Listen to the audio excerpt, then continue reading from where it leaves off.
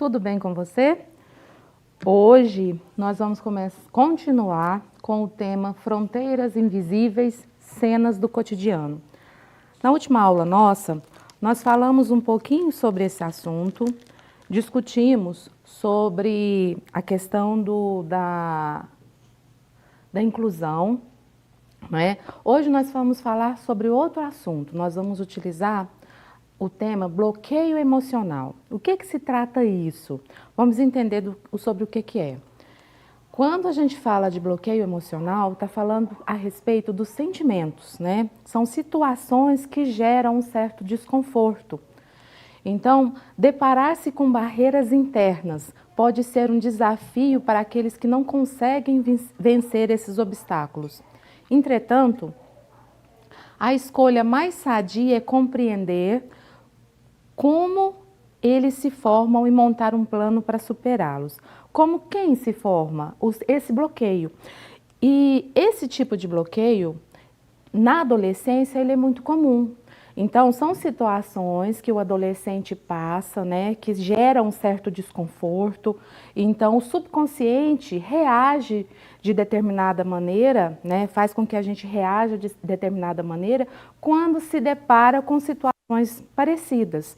Então, esse desconforto, ele pode gerar algumas características que podem, lá no futuro, te prejudicar. Então, por exemplo, a autoestima. Então, um bloqueio emocional pode gerar questões relacionadas à autoestima. Ou seja, a falta de segurança em relação a nós mesmos pode desencadear o surgimento de barreiras internas. Desconfiar das próprias capacidades, com o medo do julgamento e rejeição, nos faz frear qualquer posicionamento proativo. Então, são questões que principalmente na adolescência são comuns, mas isso deve ser olhado de perto. Por exemplo, também, o que pode gerar, devido a um bloqueio emocional, os traumas, né, que são as experiências que nós vivenciamos, e esses traumas possuem um papel na construção do indivíduo. Mas nem todos sabem lidar com isso adequadamente, por medo de sofrer novamente. É comum uma pessoa se fechar e criar uma casca. Na adolescência, com relação a essas experiências, o que acontece? E sempre que situações semelhantes aparecem pelo caminho, nos mostraremos mais pessimistas e nos acovardaremos com medo de repetir a dor. Ou seja, são os traumas, né, se mostrando aí em situações que mexem com a gente. Outra situação que é muito comum é ligada à rejeição.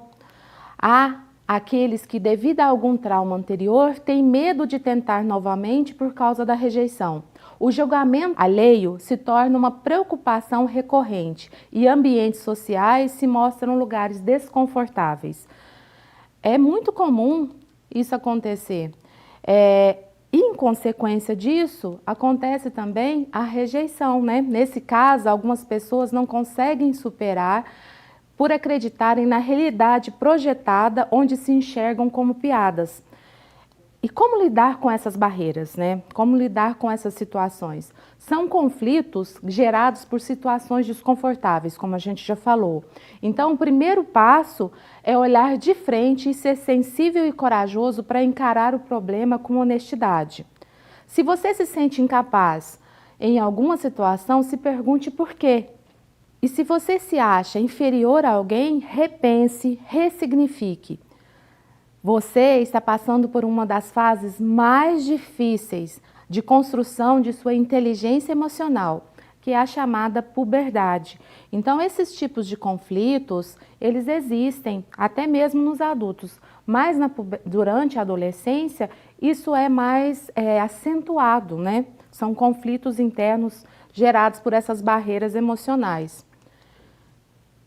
E se você se identificou com alguma dessas barreiras invisíveis e se acha que é incapaz de lidar com elas sozinho, procure alguém em quem você confie, ou, se preferir, um profissional para conversar Ou seja, para lidar com essas situações, o melhor caminho aqui seria procurar, no caso, um psicólogo ou uma pessoa de sua inteira confiança, tá? Uma pessoa da família, alguém que você possa se abrir e conversar sobre o assunto. Porque a melhor forma é dialogar a respeito daquilo que te aflige, tá?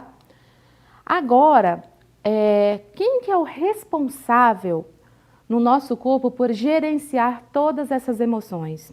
É o nosso cérebro, não é mesmo? E vocês já estão estudando isso com a Mariane de Ciências. Ela está estudando todo o nosso sistema nervoso, está conversando sobre cada partezinha. Então, para a gente entender um pouco mais sobre o nosso cérebro, nós vamos assistir um vídeo bem rápido e depois nós vamos discutir um pouco sobre ele, ok? Lembra que em outro vídeo nós falamos que o cérebro é composto por cerca de 86 bilhões de neurônios? Mas existe ainda mais complexidade nesse órgão dentro da nossa cabeça, porque cada um desses 86 bilhões de neurônios podem formar até 10 mil conexões com outros irmãozinhos dele.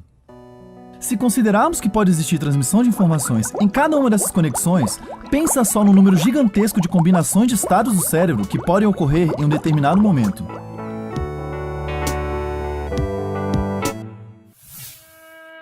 Algumas partes do nosso cérebro são especializadas em certas coisas, embora na prática o funcionamento do cérebro seja como uma orquestra que trabalha de modo integrado.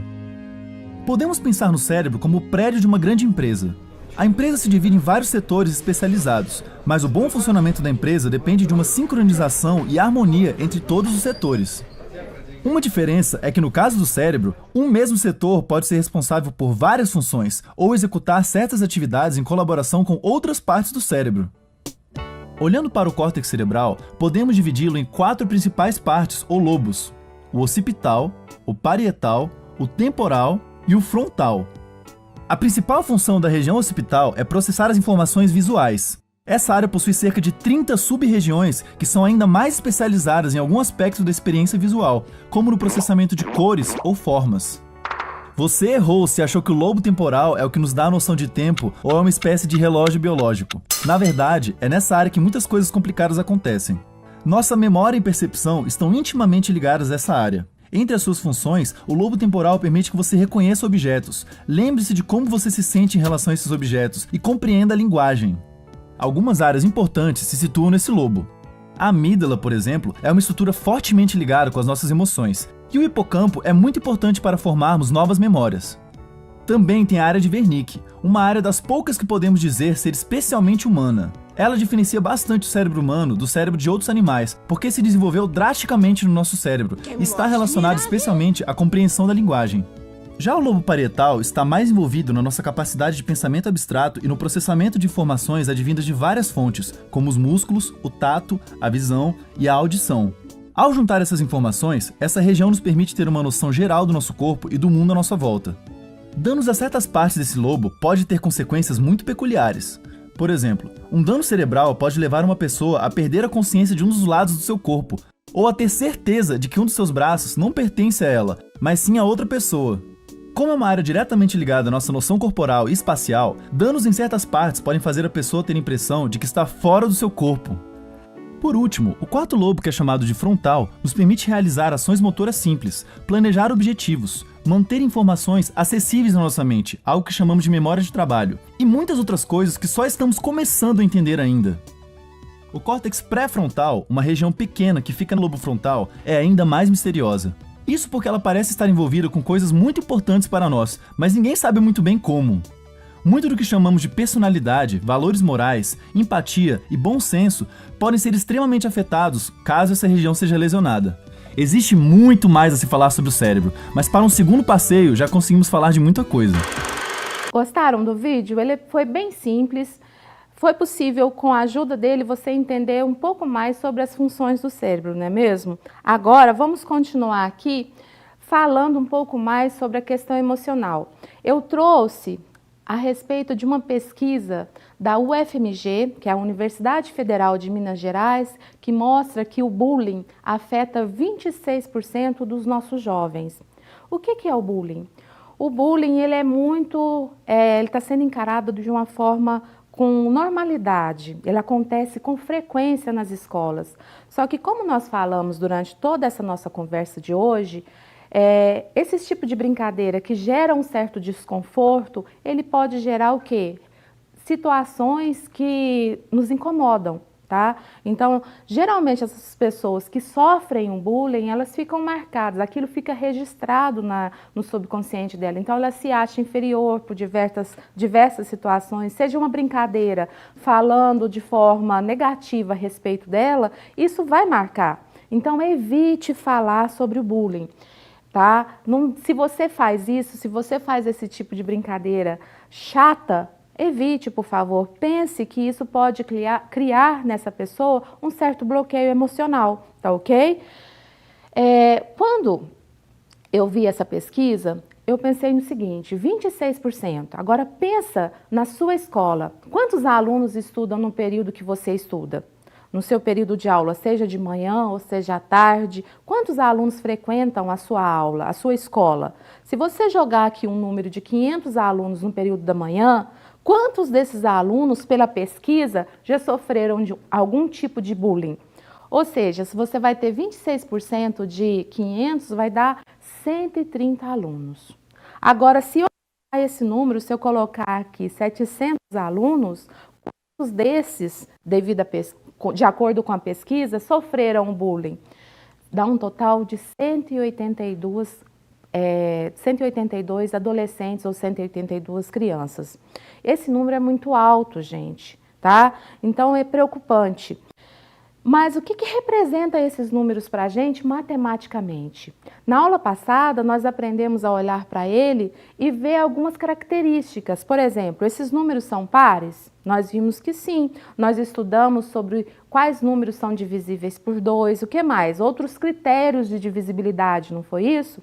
Hoje nós vamos ampliar um pouco mais essa visão sobre as características dos números e nós vamos aprender a classificar eles. Por exemplo, se esse número é um número composto, se esse número é um número primo. Então, esse vai ser o nosso tema de hoje. Então, na última aula nós falamos de inclusão e falamos também sobre os tipos, né, as regras de divisibilidade.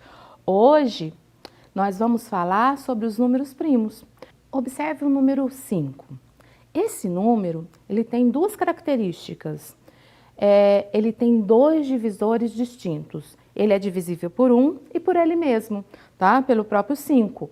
Então, um número primo é todo número que tem apenas dois divisores naturais e distintos, o número 1 e o próprio número, tá ok?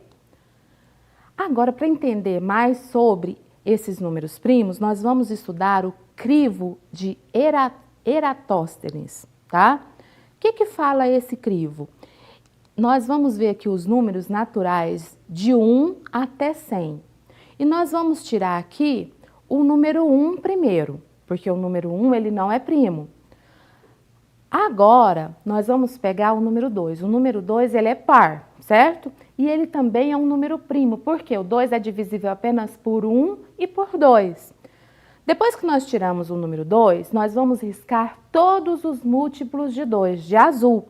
Então, aqui estão todos os números que são múltiplos de 2, nós riscamos. Depois do número 2, nós vamos pegar o próximo primo. Qual que é o próximo primo? O número 3. Então, agora, eu vou circular o número 3 de verde e vou riscar todos os múltiplos de 3.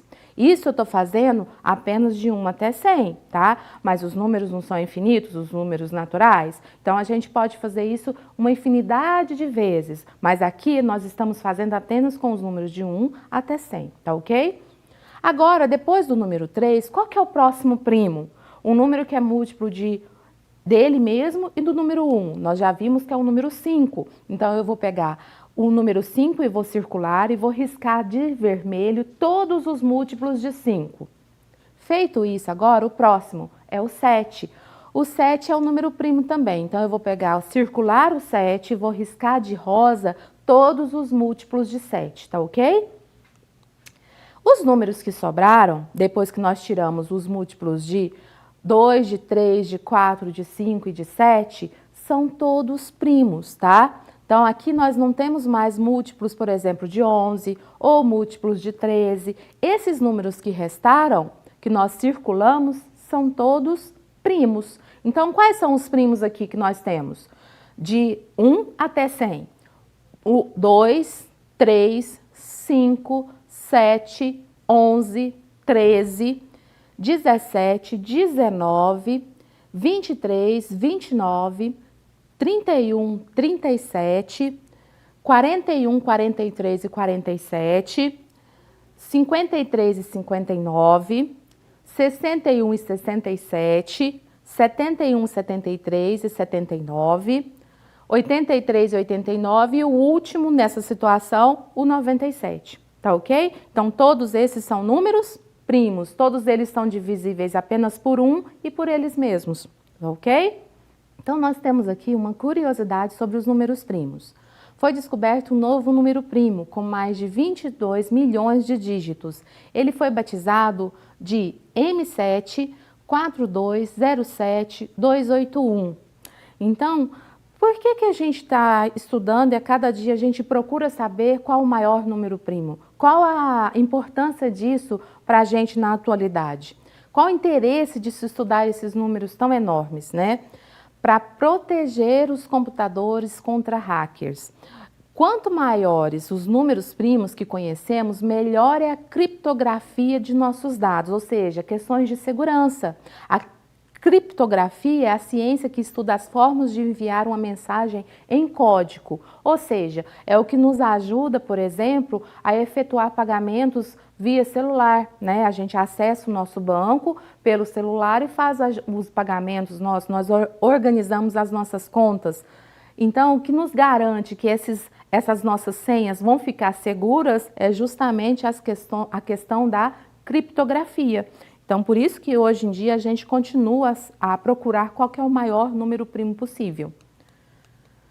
Por exemplo, os números 2, 3, 7, 11, 13, todos eles são números primos, que a gente já aprendeu isso agorinha. Existem também os números naturais que têm mais de 2 divisores, né? Que são aqueles que são múltiplos de alguém. Então, por exemplo, o número 12. O número 12 é um desses números. Os seus divisores, nós não aprendemos a fazer os divisores de 12?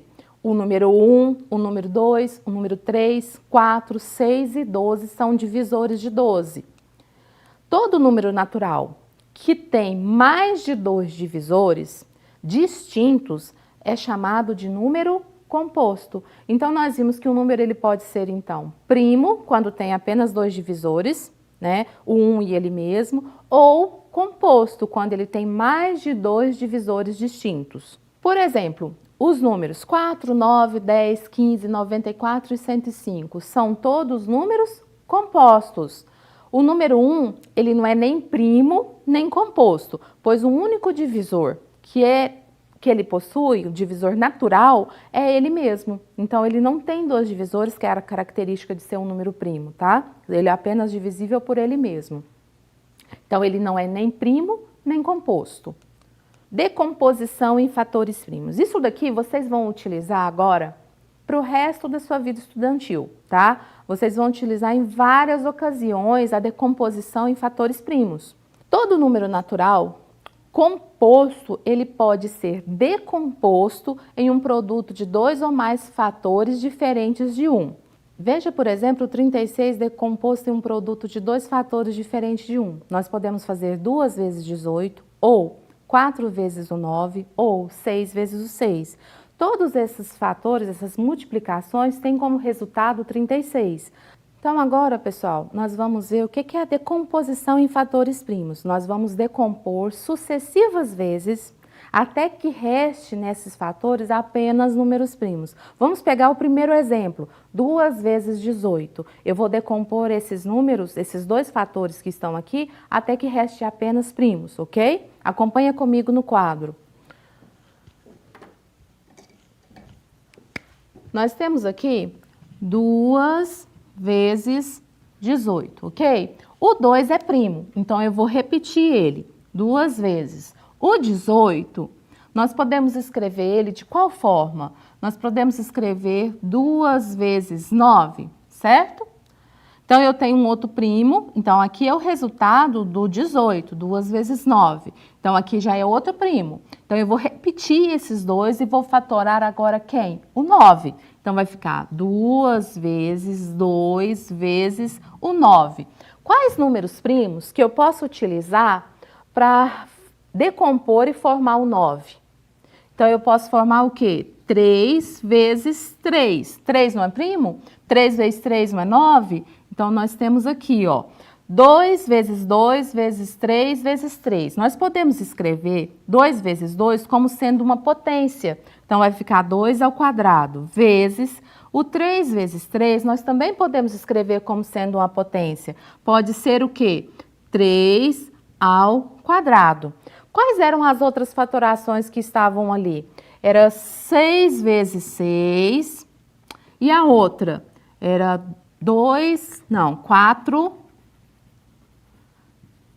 4 vezes 9, não era isso? Vamos decompor esses números aqui, esses fatores também, para verificar se o resultado final, a decomposição final em fatores primos vai ser igual, tá? Então, independente dos fatores que nós temos o resultado como sendo 36, nós vamos fatorar e verificar se os dois resultados coincidem. Então, 6 vezes 6, 36. O 6 eu posso escrever como sendo quem? 2 vezes 3. 6 também, 2 vezes 3, tá ok? 2 vezes 2 aqui, ó, não é uma multiplicação? Então, a ordem dos fatores não altera o produto? Eu posso escrever como sendo 2 vezes 2 e 3 vezes 3. Caiu aqui já na mesma resposta. Então, eu tenho 2 ao quadrado vezes 3 ao quadrado. O último, o 4 eu posso escrever como sendo o quê? 2 vezes 2. E o 9? 3 vezes 3. Novamente, caímos na mesma solução. Então, 2 ao quadrado vezes 3 ao quadrado. Então, nós observamos aqui que a forma fatorada em números primos, ela é única, tá? Independente dos fatores que nós temos aqui do número 36, o resultado, a decomposição em números primos é uma única, tá ok? Vamos continuar. Quando o número está decomposto em um produto em que todos os fatores são primos, dizemos que esse número está decomposto em fatores primos, é o que a gente acabou de falar agora.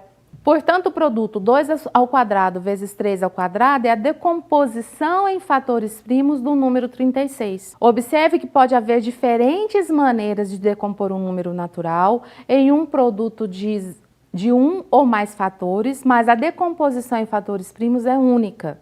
Para efetuar uma decomposição, pode-se dividir o número dado pelo seu menor divisor primo.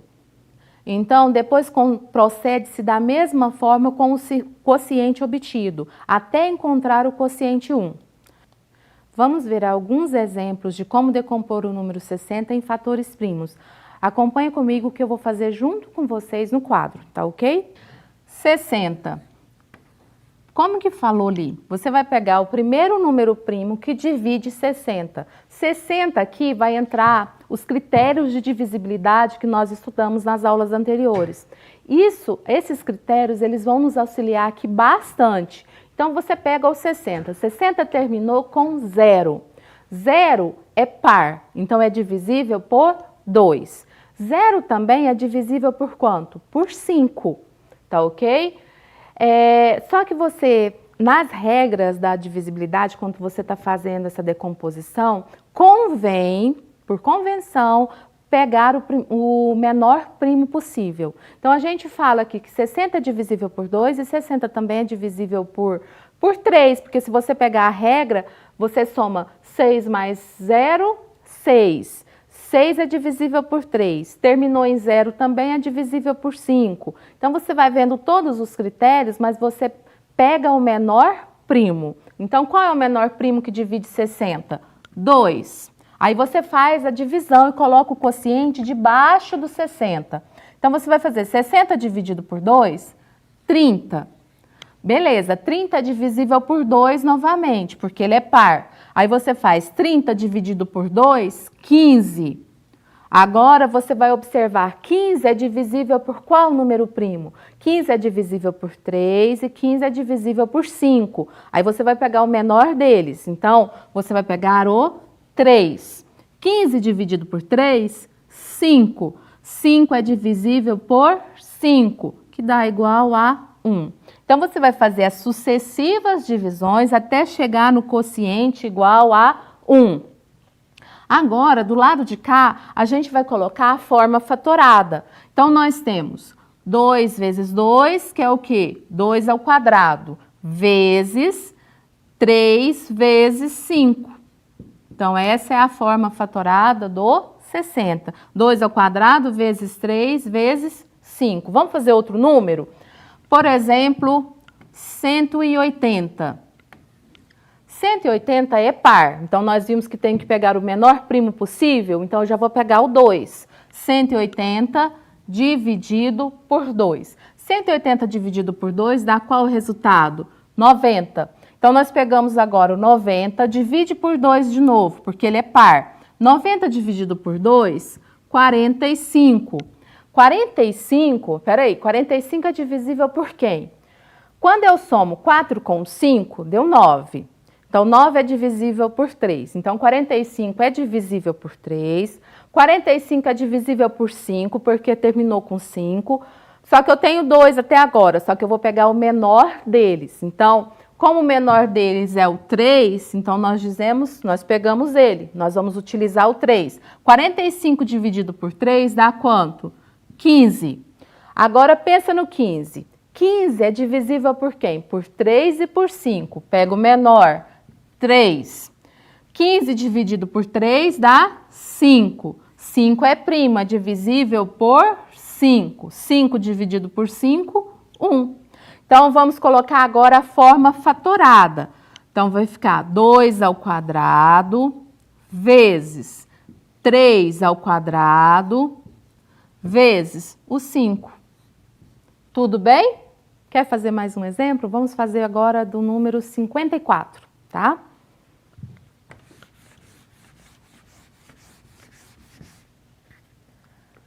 54. Olha, 4 é par. Então, eu já vou começar com qual número? Com o número 2. Então, vou dividir 54 dividido por 2. Essas divisões você vai usar um rascunho, você vai fazer da forma que você quiser, tá? Pode utilizar a calculadora quando você estiver fazendo as suas atividades em casa. Mas na hora de fazer a avaliação, na hora de registrar isso no caderno, é bom que você esteja bem tranquilo para efetuar esses cálculos de divisão. Então, eu aconselho, faça as divisões no rascunho, tá ok? Então, você vai fazer 54 dividido por 2, dá quanto? 27. 27, opa, 7 não é par, então não dá mais por 2. 27, eu vou somar 2 mais 7, 9. 9 é divisível por 3. Então, esse número 27 é divisível por 3. 27 dividido por 3 dá quanto? 9. 9 é divisível também por 3. Então, 9 dividido por 3 dá 3. 3 é primo, então ele é divisível apenas por ele mesmo. Então, vai ficar 3 dividido por 3, 1. Chegou em 1, parou. Agora, eu vou fazer a forma fatorada. 2 apareceu apenas uma vez, aí então vezes. O 3 apareceu quanto? 3 vezes, então é 3 ao cubo. Então, 2 vezes 3, a terceira potência, é a forma fatorada. Tá ok?